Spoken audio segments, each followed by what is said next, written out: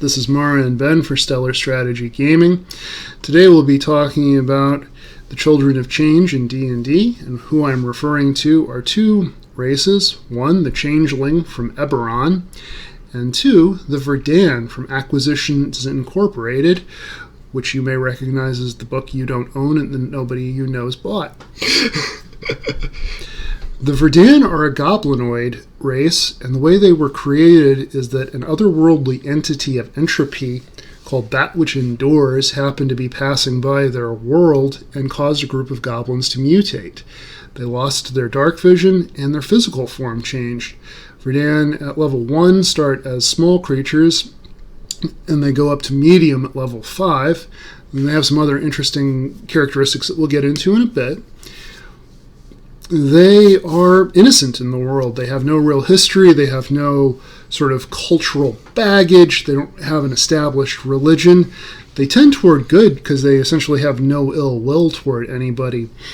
The Changelings are descended from a woman who had prayed to the gods because she feared that all of her children would be killed, and an entity called the Traveler answered her prayers, and the Traveler made her the deal that her children would have the means to survive, but they would be forever hunted.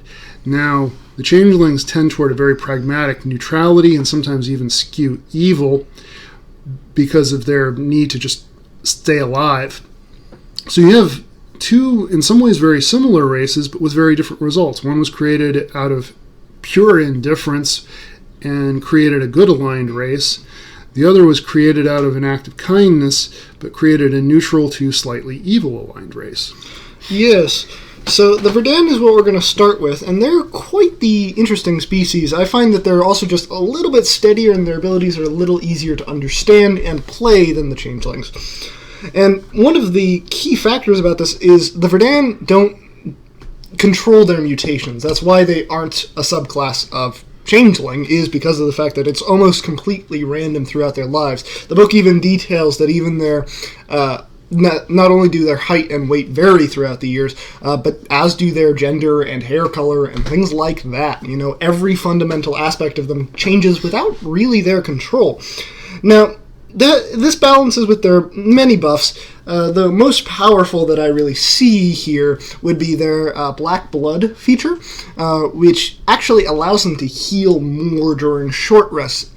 If you roll a 1 or a 2 on your hit dice during a short rest, you can re-roll it, but you have to use the roll that you get, which is extremely powerful, especially if you're playing a warlock, because then you can just stack short rest modifiers and never need to sleep again. However, at the same time, I could also see how they could be a little strong, but then again, most species have been getting stronger in the newer editions, so that really does work well. I'd say that they're all around quite well-rounded, and just generally a fun time to play. Indeed, the next most interesting thing is that they are lawful or chaotic good most of the time. I could even see very interesting campaigns about how Maglubiot, the goblin god, doesn't like these guys because they don't fall into the same hierarchy, they don't stay stable, they're not warlike, like they're the antithesis of everything that goblin culture represents. And so that could be a really interesting and fun character to play. Absolutely. One of the things that's fascinating to me about the goblinoids is that while goblins, hobgoblins, and bugbears can exist independently of each other, it is established in the lore that hobgoblins will use their superior intelligence and organization to recruit and sort of bully the others into line. The Verdan don't really have that history, but I could definitely see a campaign situation where hobgoblins are trying to recruit or force your character into service for them. So there's tons of options, plus you have the prejudices of the other races who might still see them as goblins. So there's loads of, if you're an RP nerd, as I am, you're in for a good time here. There's plenty you can do with this. Now, Mora did reference the Black Blood healing, which is a nice ability. They have the persuasive ability, meaning they have proficiency in persuasion, not bad. Telepathic insight, you have advantage on wisdom and charisma saving throws, which is just super handy. They have limited telepathy. You can telepathically speak to any creature you can see within 30 feet of you. You don't need to share a language with the creature for you to understand your telepathy, but it must be able to understand at least one language. Process of communication is slow, it's limited, allowing you to transmit and receive only simple ideas and straightforward concepts. But this is huge. So one of the things that comes up a lot for me in roleplay, because I'm a murder hobo, is I'll be ready to go ahead and kill whoever it is we're talking to or otherwise interacting with, but the rest of the party isn't ready to go forward with it, and it's hard in-game sometimes to have a way to convey that. So if you're playing a Verdan, you can convey the simple concept. Eldritch Blast this guy, and then the other party member can convey the simple concept of, no. You know, and I know it sounds goofy the way I portrayed that, but it's super helpful. Now, the Verdan do get a Constitution increase by 1. They get a Charisma score increase by 2. So, obviously, with Charisma score increase, Bard, Warlock, if you wanted to be a Warlock of the Traveler, you could go that way, but hey, maybe a Verdan is out wandering around and they come across a Fey Lord who strikes their interest and they make that bargain. You know, world's your oyster here. You can do whatever you want.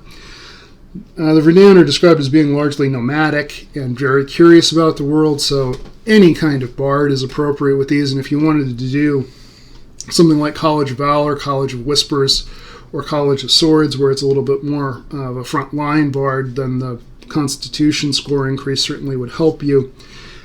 So with the buffs they get, a relatively obvious choice would be Paladin. Get the Charisma buff for your Paladin spells, and then you get the Con buff for fighting. Mara pointed out, though, that they're not necessarily the most logical choice for a Paladin. Mara, would you care to elaborate a little bit on why you think so? Yes, as described in the book, more on their personalities and such, and sort of the average member of their species, they don't stick to an ideology particularly much. They remind me of turtles from the Monster Manual in that way. While they might follow an ideology for a certain period of time or a god or whatever it is, they don't view anything as an absolute. It's actually reminiscent of certain older philosophical ideals, which we're not going to go into. But still, it does mean that, for example, serving as a paladin would be kind of difficult, considering they need to follow a strict line of tenets, and if they want to advance, they have to stick to those tenets for an extended period of time, which, at least to me, doesn't make particularly much sense given how the species is designed. Now, I cannot argue with that logic, although I would point out that there again you have some interesting options for RP with a Verdan Paladin, because if you have a creature that's sort of easily shifted or easily distracted, and they've taken these oaths, that can become a real interesting opportunity for roleplay, for how do I keep my oath but keep my free spirit. And even, you know, if you wanted to set up a Broken Oath Paladin, that could be a really interesting one. And it could be a really interesting one if you're having them interact with other Verdan, since other Verdan aren't going to have the history or the stigma against necromancy and against Broken Oath Paladins that some of the other races would. So it's a fun and interesting class, and I really hope to see people explore it. I hope Wizards expands on it in 6th E. Next up, we're moving on to our friends, the Changelings. So we already went over their history a little bit. The ability score increase for them is Charisma by 2. One ability score of your choice increases by 1, so that's awfully tasty. Obvious choices there: Bard, Warlock, maybe a Warlock of the Traveler. Maybe you found your species patron and made some sort of a pact with him. The Traveler isn't elaborately described in the Eberron book, so in theory it could be almost anything you want it to be. It's an entity of change. It's not necessarily an entirely good aligned entity, because even though it offered the Changelings protection, it didn't offer them acceptance. So this isn't necessarily what I would assume to be a good aligned being. It made a deal. So it could even be a fiend if you wanted it to be. And of course, Bard, maybe College of Whispers, gathering secrets about people, gathering secrets about the world, so the Changeling could protect themselves. They age about the same as humans. Speed's 30 feet. Neither the Verdan nor the Changelings get dark vision, which could make life really interesting for a Changeling if they're trying to pass themselves off as an elf, a dwarf, or anything else with dark vision. Or they were going into a dungeon to fight a dragon. Well, yeah, that's kind of a problem in any case. It's a sort of a unique problem with the Changeling. Now, here's the meat of the Changeling. As an action, you can change your appearance and your voice. You determine the specific of the changes, including your coloration, hair length, and sex. You can also adjust your height and weight, but not so much that your size changes. You can make yourself appear as a member of another race, though none of your game statistics change. You can't duplicate the appearance of a creature you've never seen, and you must adopt a form that has the same basic arrangement of limbs that you have. Your clothing and equipment aren't changed by this trait. You stay in the new form until you use an action to revert to your true form, or until you die. So if you're rendered unconscious or go to sleep, you don't change back to your true form. That's a pretty big deal if you're doing like a deep RP, for example, if you're doing a heist campaign or an infiltration campaign. And in certain situations, this is just crazy overpowered. You can speak, read, write, Common, and 2 other languages of your choice. God damn. Yeah, that's pretty hot depending on the setting you're in. You gain proficiency with 2 of the following skills of your choice: Deception, Insight, Intimidation, Persuasion. So yeah, this is a pretty hot character race to have here.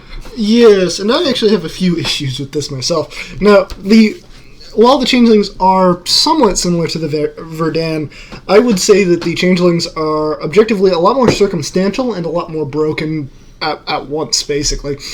With the Changelings, there's the issue that they can change to anyone. There's no real restriction on it. And as mentioned, the only way that someone could really prove that they're not who they say they are is through an ability or by asking them a fact of that person's life. And indeed, that is one of the few balancing features of their shape changes. They don't adapt any ability, so if you're a Dragonborn, you're not going to get the flame breath. However, even so, what devastation could a Changeling reap if he pretended to be a noble lord for 2 days, you know? And even if he got caught, the number of orders or whatever he could issue in that time could tear down a kingdom. And that actually brings me to the next problem, which is that if a player is a bit of a more silent type, this species offers a disadvantage to them. Because Ben here, or myself, we grab a Changeling character and we run wild with them. I'm even playing a Changeling in one of Ben's campaigns right now.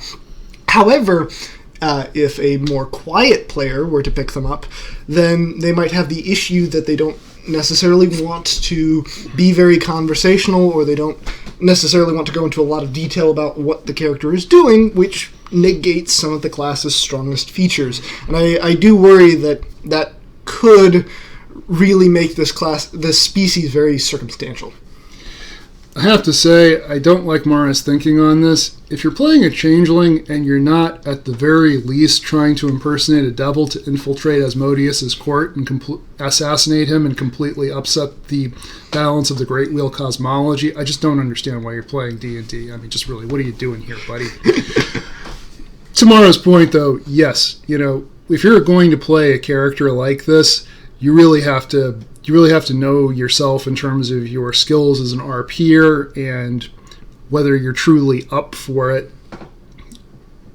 I don't ever play something like Half-Orc Barbarian because for me there's not enough roleplay that I've seen in them. I mean, if somebody in the comments wants to tell me about their very interesting, very complex character who was a Half-Orc Barbarian, I'm happy to hear about it. I truly am. It's the kind of thing I want to be proven wrong. Point is, though, those kinds of characters just aren't as interesting to me. But with the Changeling, every time your party needs to sneak into somewhere, they're going to be looking at you. Every time the party needs somebody to make a great speech and persuade someone of something, or scare somebody out of a fight that they don't want, they're going to be looking at you. So you really have to be ready to be the star if you want to play this kind of character. Yes, now the last thing I really take issue with here is actually their 2 proficiencies. While everything else here is strong, I would say that all of their other abilities are no stronger than the Verdan's abilities. However, this 2 proficiencies, a lot of people wouldn't think much of it, except proficiencies matter quite a bit, and this isn't like the intelligence proficiencies that no one uses. These are proficiencies which come up in almost every session, I find, at least in most campaigns. Whereas, like, intimidation or persuasion, I use those constantly. So getting just a base +3, not having to go out of my way to take a class to get it, not having to go out of my way to get the skilled feat, that really, it's very strong. Getting a guaranteed +2 or 3 to those things, that's insane. That could be game-breaking if in the right hands. And while most races get 1 proficiency, again, 2 is just a different conversation because it's supposed to be the class or the feats which give you proficiencies. Absolutely, and it's somewhat complicated by the fact that because of the buffs they get, the logical choices for classes are Bard, Warlock, and Paladin. Warlock and Paladin are sort of universally acknowledged to be 2 of the most broken classes there are. So you've got the situation where they are broken for RP outside of combat, and then when it comes to combat, they can Eldritch Blast and or Divine Smite their way through the enemy while everybody else is using, more basic abilities. It's a little too good, you can argue. The limitations on it are that because they don't get much else in the way of bonuses, they can't really do anything else. Like, this isn't necessarily logical for, say, a fighter. And so they are a bit of a limited use race, but when you use those races, they do have the ability to really, really take over. But what are your thoughts? What do you think about these 2 races? Does hearing this make you want to play a Changeling or a Verdan? And yeah. Yes. Now, if you did like this video or have thoughts for the future, please do leave a like, subscribe even if you want to see more, and definitely leave a comment. We always love to hear feedback from the community. Now, next time we'll be discussing why Tasha's Cauldron is bad for D&D.